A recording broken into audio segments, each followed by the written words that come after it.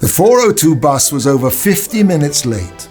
At the bus stop, there gathered an increasingly large and frustrated group of commuters. The bus turned the corner, but it wasn't the 402. It was the 450. The doors opened, and this being Israel, everybody crowded onto the bus and demanded that the driver call the bus company and send them a 402 immediately, and they weren't leaving the bus until the 402 arrived. The driver said, "Okay, but I want everybody off the bus first." Reluctantly, they went down, the doors closed, and the bus driver stood up in his seat, took down the number 450, and replaced it with the number 402. Everyone smiled in disbelief. What a nice guy.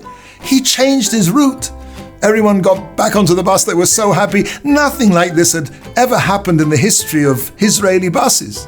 Well, that's at least the way the story looked. But it wasn't quite like that. What really happened was that the original 402 bus broke down, and none of the drivers at the depot fancied taking over a bus and being greeted by a crowd of irate passengers. And then one of the bus drivers said, "Okay, I'll go." And so the 402 finally pulled out of the depot, and just before he arrived at the bus stop, the driver stopped, stood up on his seat, and changed the number of the bus from 402 to 450. And then he drove around the corner to the bus stop. The only thing that had changed was the number. Very often in life, we're waiting for the 402. We feel, it's coming to me. I deserve it. When things go wrong, we burn with frustration in direct proportion to our sense of entitlement. The message is that everything is from Hashem.